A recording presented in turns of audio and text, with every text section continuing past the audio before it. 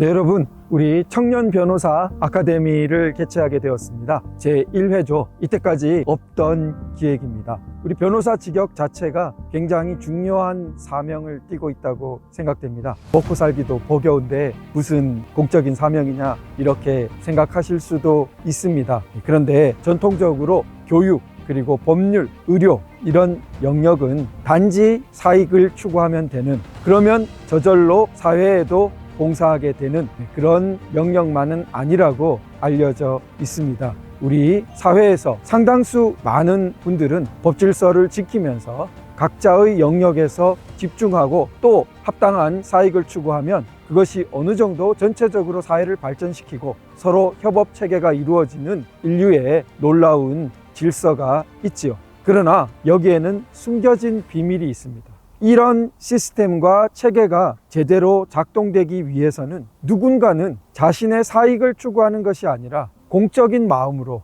객관적인 정의를 잃지 않고 또 그러한 공정한 마음으로 사회의 여러 현상을 관찰하고 또 이해하고 그런 면에서 여러 가지 제도를 설계하고 또한 제도를 운영하고 또 여러 가지 법규를 적용하고 그러한 활동을 하는 층이 분명히 필요하다는 것입니다. 만일 이런 층이 전멸해 버린다면, 어느 순간 없어져 버린다면 각자 사익을 추구하면 사회가 제대로 굴러간다는 말은 듣기 좋은 허구가 되어버리고 말 것입니다. 역사상 그렇게 실증된 사회는 없다고 저는 단언할 수 있다고 생각됩니다. 잘 보이지 않지만 발전한 사회들에는 이러한 역할을 담당한 사람들이 있어 왔습니다.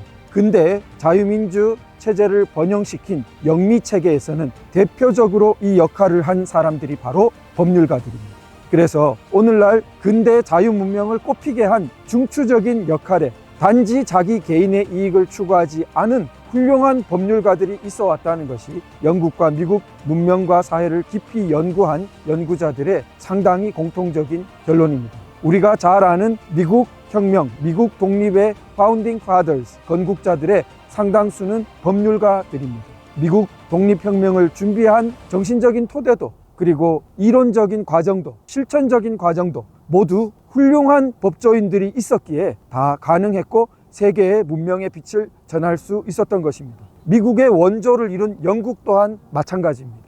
영국은 특히 정치와 법이 긴밀히 연결되어서 세계에 유례없는 발전을 이룩했는데 그때 공정한 판사들 그리고 그 과정에서 힘겹게 정의를 실천하려고 노력했던 변호사들이 없었다면 오늘날 영어가 이처럼 광범위하게 세계에 쓰이게 한 그러한 영국은 없었을 것입니다. 우리나라는 추격형 발전을 해왔습니다. 단기간의 압축 성장으로 세계가 놀라워하는 한강의 기적 그리고 오늘날 K 시리즈를 만들어 왔습니다. 그러나 지금은 잠재적인 위기의식을 느끼고 있듯이 우리가 과연 이러한 눈부신 성장과 발전을 지속할 수 있는지 아니면 한때의 영광을 뒤로하고 몰락할 수도 있다는 그러한 위기감을 느끼고 있습니다. 바로 그 기적이 계속될 수 있기 위해서 가장 필요한 영역, 그것은 저는 훌륭한 법률가들이라고 생각합니다. 우리 사회의 체계가 한 단계 진화하기 위해서는 바로 앞에서 말씀드린 사익만을 추구하지 않는 훌륭한 법률가들이 각 영역에서 제대로 이론과 실천을 담당해 주어야만 우리 사회가 반드시 한 단계 도약하고 그리고 세계 문명에 빛내는 그러한 일익을 담당할 수 있다고 생각됩니다. 그런 마음을 가지고 오늘날 우리 한국 법조 현실을 돌아보면 어떻습니까? 한국 법조 현실에서는 이러한 법의 공익적 가치를 강조하는 부분이 상당히 취약했습니다. 농담으로 법학이 뭐냐 밥학이지 라는 말이 유행처럼 돌았던 것은 그냥 단지 웃을 일만은 아니라고 생각됩니다. 밥학을 넘어 진정한 법치를 향할 수 있는 이론적 교양이 우리 사회에 부족했던 것은 아닌가 우리가 돌아볼 때가 되었다고 생각됩니다. 그에 대한 반작용으로 이념적 편향성이 법조계에 만연했습니다. 오늘날 근대 자유민주 체제의 발전으로 보면 상당히 동떨어진 민족 지상주의적인 그리고 과거 공산주의에 깊이 침륜된 그리고 중국에 기울어진 전통 문화적인 이런 근대 자유민주 문명과 동떨어진 이념이 우리 법조계에도 상당히 침투했고 인권이라든지 정의라든지 공익이라든지 그럴듯한 말들로 포장되어서 법조계와 우리 사회를 상당히 혼란시켜 왔다고 생각됩니다. 이제 밥학이라는 흐름, 그리고 잘못된 이념으로 침륜된 흐름, 이 두 개의 흐름을 모두 극복하고 새로운 법률가 세대가 우리나라를 빛낼 때가 되었다고 생각됩니다. 바로 그런 위대한 좋은 사명이 우리 청년 변호사들에게 있다. 저는 그렇게 생각하고 이 청년 변호사 아카데미를 기획하게 되었습니다. 저는 물론 그 앞길을 밝힐 교양과 실력이 부족합니다. 저보다 훨씬 뛰어나신 정말 우리나라의 기둥이라고 하실 수 있는 분들을 모셨습니다. 김홍우 교수님은 제 개인적으로 은사이시고 저는 그분을 만나 뵙고 많은 정말 성장과 변화를 했다고 깊이 느끼고 있습니다. 우리 유명한 말에 거인의 어깨 위에 앉은 난장이라는 말이 있죠. 자기가 마치 아무리 크려고 해도 거인의 어깨 위에 앉은 난장이보다 멀리 보지 못합니다.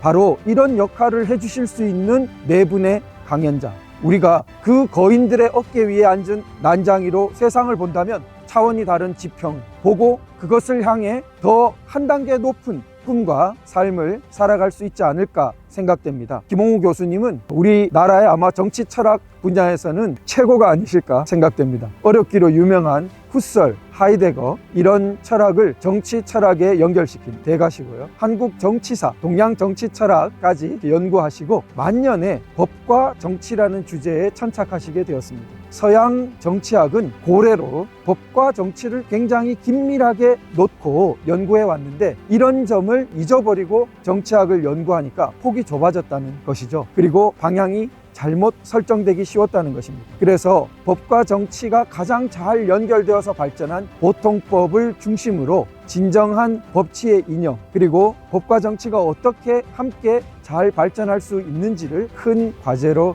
삼으셨습니다.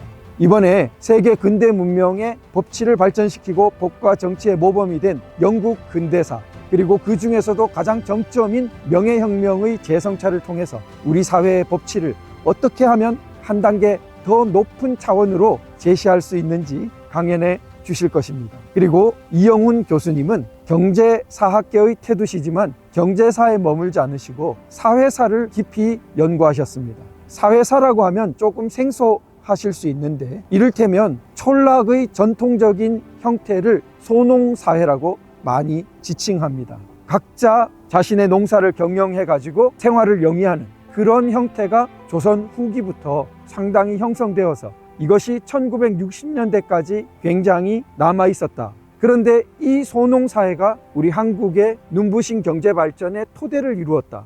이렇게 분석합니다. 경제와 사회가 굉장히 연결되어 있는 것이죠. 이런 사회와 경제의 변화를 도외시하고 우리가 정치나 문화나 역사를 보게 되면 상당히 왜곡되기 쉽다고 생각됩니다. 우리 법학이, 법률가들이 이런 넓은 지평과 탄탄한 기초 위에서 법을 대하지 못한다면 추상적이고 그리고 빈곤한 법 문화를 벗어나지 못할 것입니다.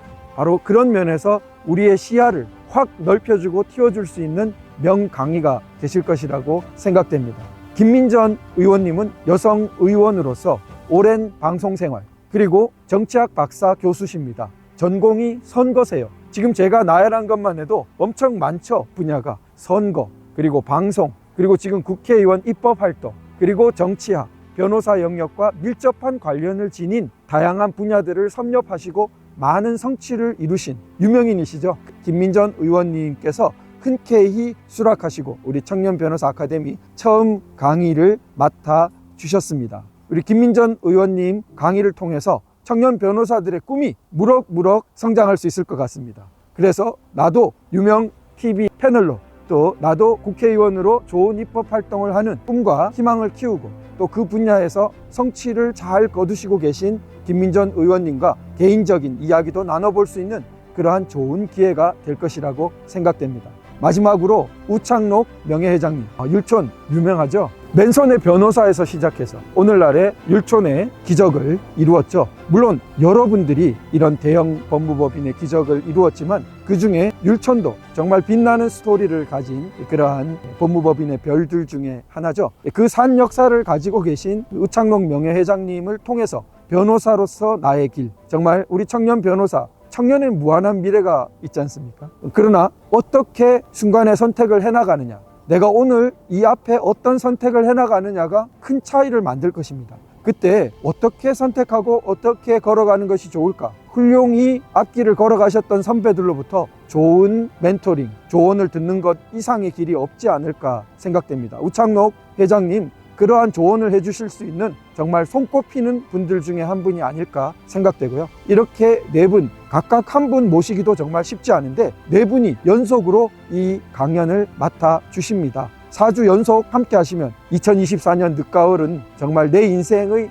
터닝포인트가 되었던, 내가 껍데기를 깨고 갇혀있던 우물에서 벗어나서 큰 세상을 보고 큰 미래를 보고 내가 도약했던 한 해가 되었다, 이렇게 나중에 추억할 수 있는 그런 시간이 되지 않을까요? 청년 변호사 아카데미 장학 기금까지 준비되어 있습니다. 이런 취지를 깊이 동의하시는 시니어 분들께서 경제적인 걱정 말고 훌륭한 좋은 기획에 동참했으면 좋겠다는 취지고요. 장학 기금의 문은 활짝 열려 있습니다. 출석 빠질까 걱정하시는 분들이 계신데 청년 변호사니까 회사 일이 갑자기 생겨서 빠질 수도 있죠. 그러면 그 부분 때문에 불이익을 받는 그런 건 없습니다. 그런 것 걱정하지 마시고요. 우리 꼭 함께 하셔서 좋은 동료들도 만나시고 네트워킹도 하시고 인생의 정말 전환점을 마련할 수 있는 계기가 되었으면 좋겠습니다. 감사합니다. 저는 선진 변호사협회 도태우였습니다. 감사합니다.